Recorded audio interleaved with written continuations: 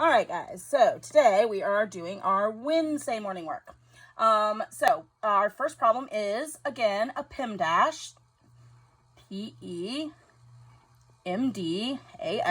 Don't forget the multiplying and dividing go from left to right. The addition and subtraction go from left to right, and whichever one you encounter first is what you do first. All right, so our problem today is 8 plus 40 divided by 3 equals what? Okay, so we start at the top. Do we have parentheses? We do. So we're going to do that first. 8 plus 40 gives me 48. We drop the rest of it down, divided by 3. All right, and then it's just a simple division problem. So 48 divided by 3 is 16. If you're not sure, come on over here. Do your little division. 3 will go into 4 one time. 1 times 3 is 3. Dropping down the 8. 3 will go into 18 6 times evenly. So there you go. All right. Our next box is a find the product box, and it's got both a fraction and a decimal one. So let's start with the fraction one. We've got 4/5 times 3/4. Okay. Pretty easy. If you remember, when you're multiplying fractions, you just do the top times the top and the bottom times the bottom. So 4 times 3 is 12.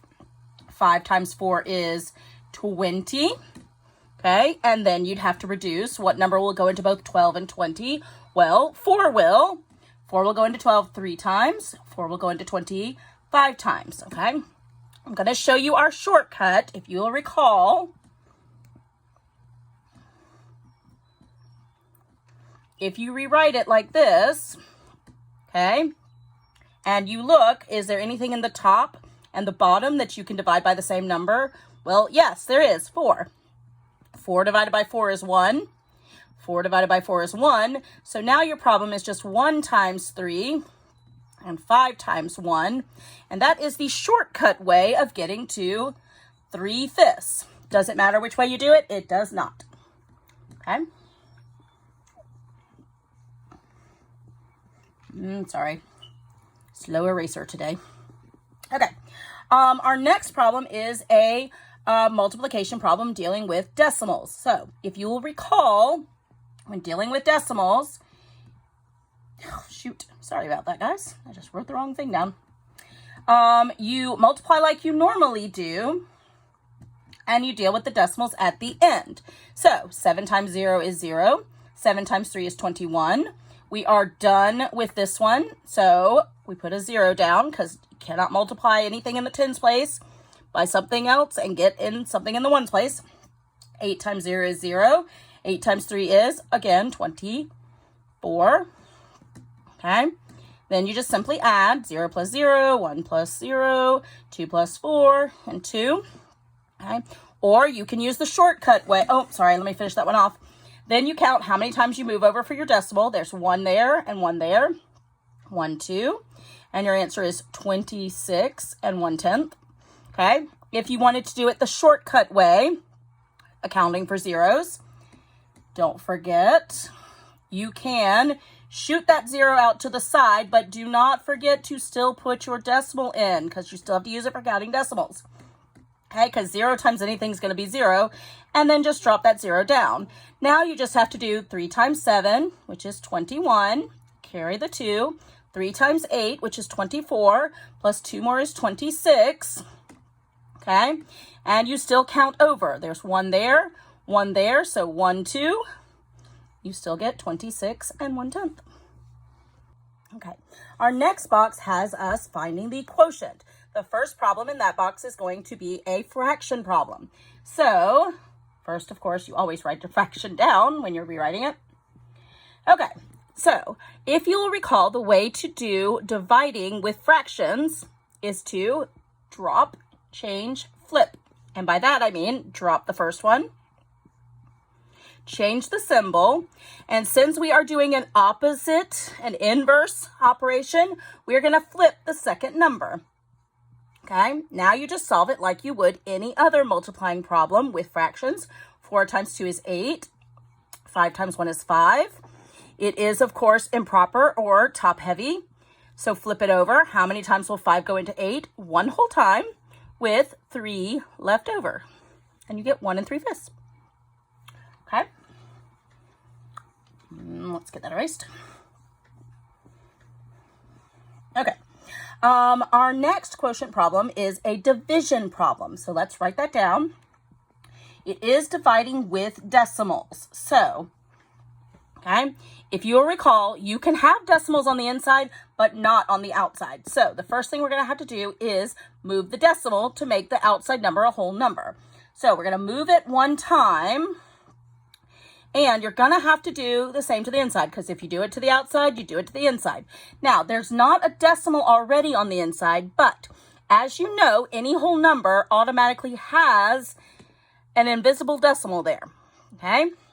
So if you just add that invisible decimal, okay, you could add as many zeros as you need, right, as placeholders. So can we now move it? We can. We don't need all these extra zeros, okay?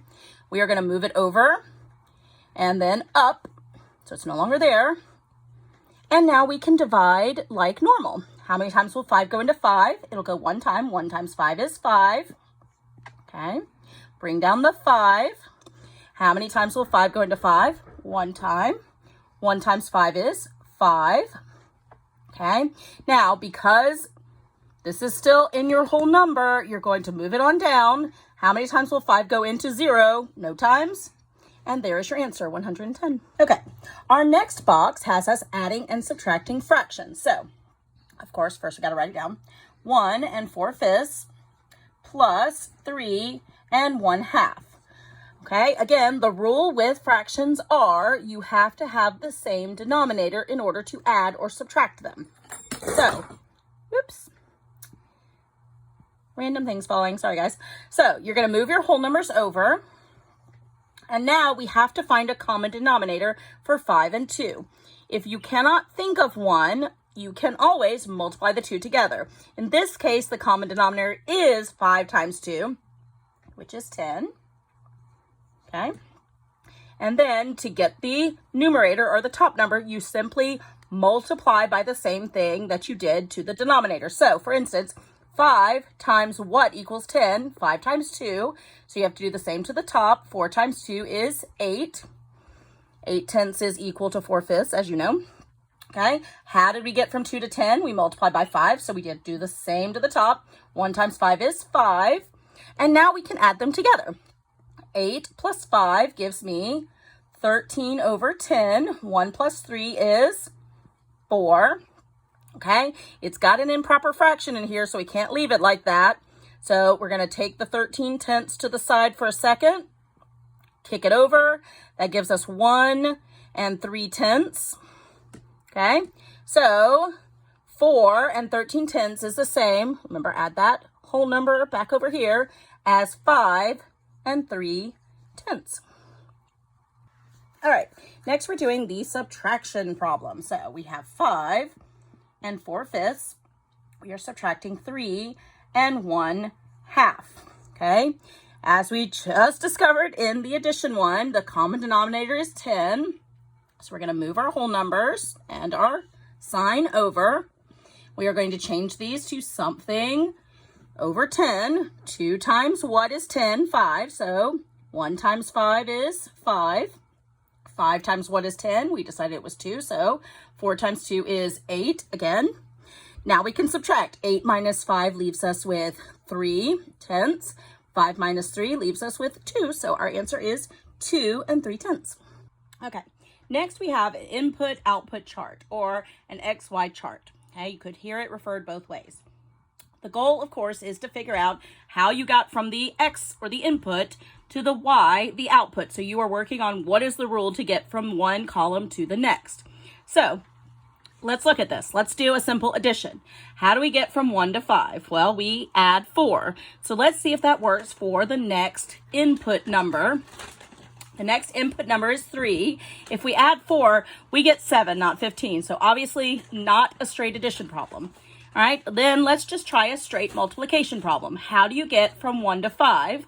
You multiply by 5, right? 1 times 5 is 5. Let's see if that works for our next column. 3 times 5 is 15. It does work this time. So we got to check our next row. 4 times 5 is 20. Absolutely. So now that we know the rule is whatever you put in the X, you're going to multiply. Oh, that's kind of confusing. Let's use a different letter. Whatever you put in the X column or the N column, we're using N, you're going to multiply by 5. So let's use that rule to figure out our 2 empty boxes, okay? 7 times 5 gives me 35, okay? And in this next row, you're given the answer, so you just kind of have to work backwards, okay? If you're going to multiply to get from this one to that one, what do you do to get from the answer back? You do the opposite or inverse, which is dividing. 75 divided by 5 gives me 15. All right, our next input-output chart is this one right here. Okay, we got to figure out the rules. So again, always start with the first row. How do we get from 1 to 2? Okay, you can multiply by 2. So 1 times 2 is 2. So let's see if that works for the next row. 3 times 2 is not 8. So it's not a simple multiplication one. You can add 1. 1 plus 1 is 2. Okay, that works. 3 plus 1 is it's 4, not 8. So that doesn't work either. So obviously we're going to have to do kind of a combo thing. I'm actually going to come to the second row because I think it's probably going to work out a little bit easier to figure out either this row or the fourth row to figure out my rule. So what are some ways to get from 3 to 8? Okay, we know that we can't just simply add or multiply. So we're going to have to do kind of a combination of either multiplying and adding, multiplying and subtracting, dividing and adding, or dividing and subtracting. Well, the numbers are getting larger, so we know we're not dividing, okay? So we know we've got to start probably multiplying. So I'm going to start by trying a multiplying and addition combination to see how I can get from 3 to 8, okay? So what number is kind of close to 8?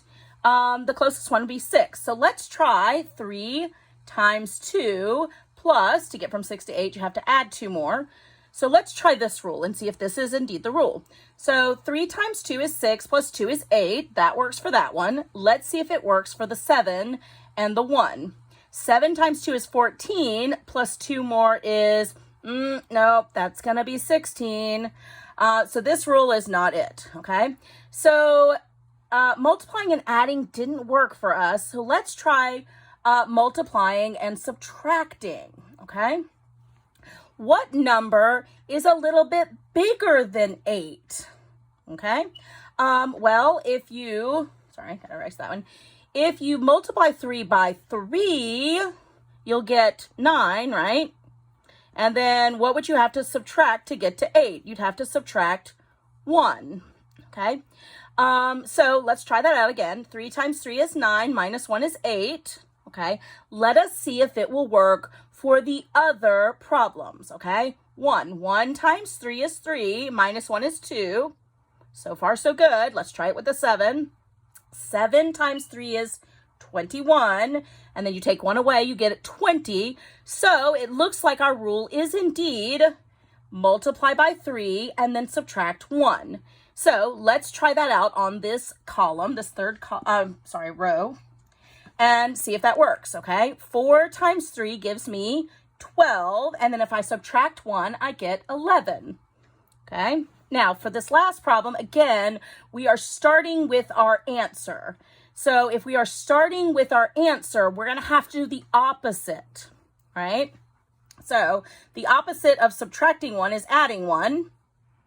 The opposite of multiplying by 3 is dividing by 3, right? So what number are we going to have to do? Well, let's see. 29 plus 1 would give me 30. And then if I divide that by 3, that gives me 10. So let's try 10 as this answer and see if it works with our rule. 10 times 3 is 30, minus 1 is 29. So this answer is going to be 10.